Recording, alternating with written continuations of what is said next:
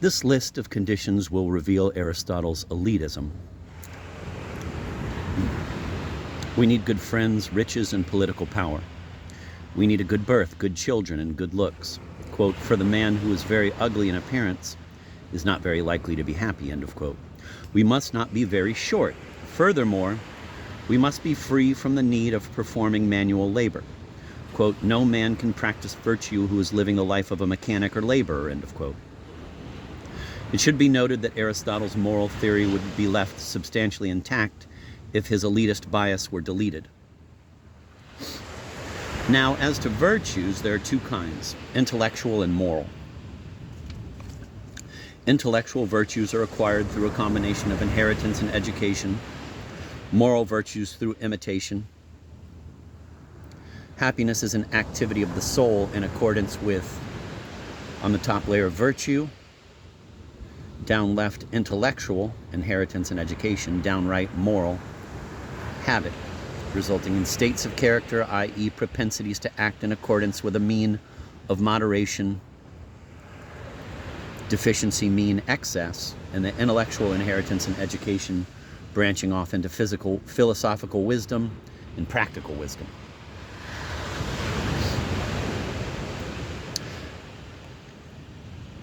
Now, as to virtues, there are two kinds, intellectual and moral. Intellectual virtues are acquired through a combination of inheritance and education.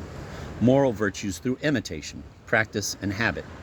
The habits which we develop result in states of character, that is, in dispositions to act certain ways. And these states of character are virtuous for Aristotle if they result in acts which are in accordance with a golden mean of moderation.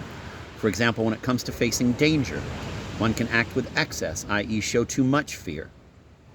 This is cowardice. Or one can act deficiently by showing too little fear. This is foolhardiness. Or one can act with moderation and hence virtuously by showing the right amount of fear. This is courage. Aristotle realized that the choices we must make if we are to learn moral virtue cannot be made mathematically. Rather, they are always context-bound and must be approached through trial and error. Returning to the intellectual virtues of practical and philosophical wisdom, the former is the wisdom necessary to make judgments consistent with one's understanding of the good life. It is therefore related to moral virtue, as in the diagram. Philosophical wisdom is scientific, disinterested, and contemplative. It is associated with pure reason, and for Aristotle, the capacity for reason is that which is most human. Therefore, philosophical wisdom is the highest virtue. So, when Aristotle defined happiness as an activity of the soul in accordance with virtue, the activity referred to is philosophical activity. The human being can only be happy by leading a contemplative life, but not a monastic one. We are not only philosophical animals, but social ones as well. We are engaged in a world where decisions concerning practical matters are forced upon us constantly. Happiness, hence the good life, requires excellence in both spheres. Not only did Aristotle make major contributions to metaphysics and ethics, he also wrote important treatises on aesthetics and politics. Furthermore, he single-handedly founded the science of logic, that is, the science of valid inference. Symbolic logic has developed a long way since Aristotle's time, but it is indebted to him as its founder, and it has made more additions than corrections to his work.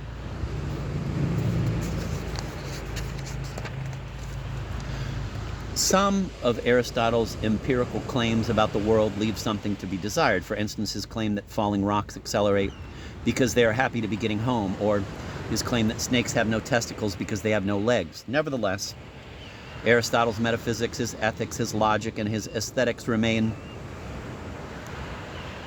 permanent monuments to the greatness of human thought.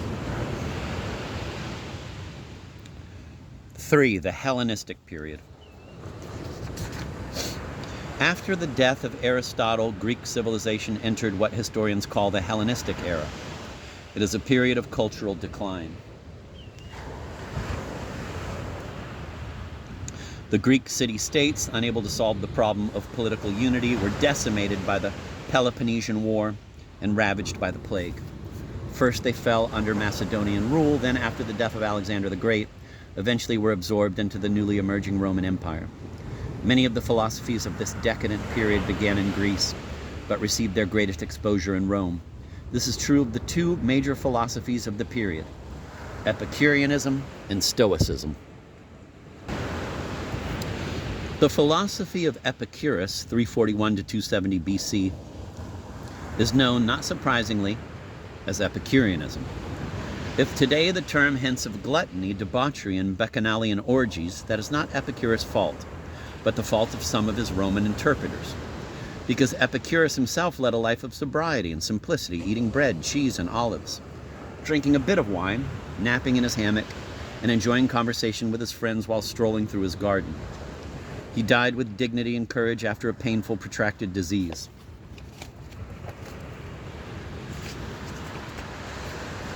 Epicureanism was grounded in the atomic theory of Democritus, but in fact Epicurus, like all post-Alexandrian philosophers, does not seem to have been really interested in science, but in finding out about the good life. However, since Aristotle's time, the notion of the good life has suffered a setback. It no longer made sense to advocate being active, influential, political, and responsible as a way of self-improvement. Reality seemed to be unmoved by personal initiative, and the individual himself was developing a feeling of powerlessness as he was about to be absorbed into the massive, impersonal bureaucracy of the Roman Empire. Like Aristotle, Epicurus believed that the goal of life was happiness, but happiness he equated simply with pleasure. No act should be undertaken except for the pleasure in which it results, and no act should be rejected except for the pain which it produces. This provoked Epicurus to analyze the different kinds of pleasure. There are two kinds of desires, hence two kinds of pleasure as a result of gratifying those desires. Natural desire, which has two subclasses, and vain desire. 1. Natural desire. A. Necessary, e.g. desire for food and sleep. B. Unnecessary, e.g. desire for sex. 2. Vain desire, e.g. the desire for decorative clothing or exotic food.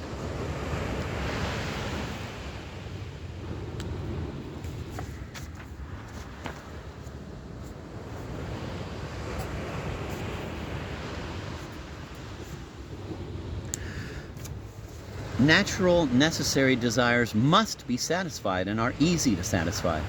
They result in a good deal of pleasure and in very few painful consequences. Vain desires do not need to be satisfied and are not easy to satisfy. Because there are no natural limits to them, they tend to become obsessive and lead to very painful consequences. More, the pursuit of vain pleasure.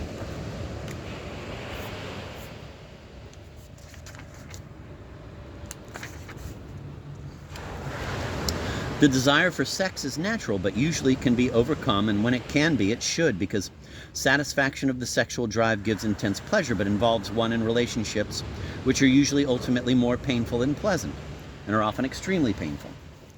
One of the natural and necessary desires to which Epicurus pays a great deal of attention is the desire for repose. This is to be understood both physically and psychically. The truly good person, that is the one who experiences the most pleasure, is the one who, having overcome all unnecessary desires, gratifies his necessary desires in the most moderate way possible, leaves plenty of time for physical and mental repose, and is free from worry.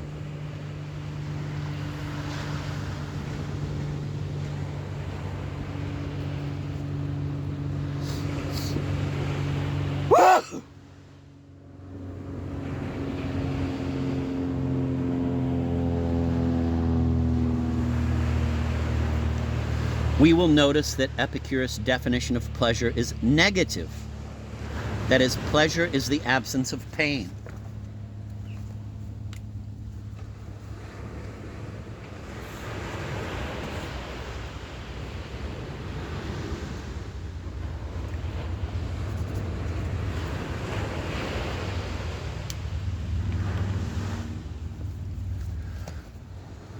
We will notice that Epicurus' definition of pleasure is negative. That is, pleasure is the absence of pain. It is this... sounds like Southerners.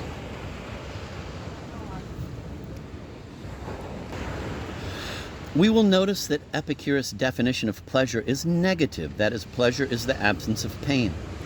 It is this negative definition which prevents Epicurus from falling into a crass sensualism.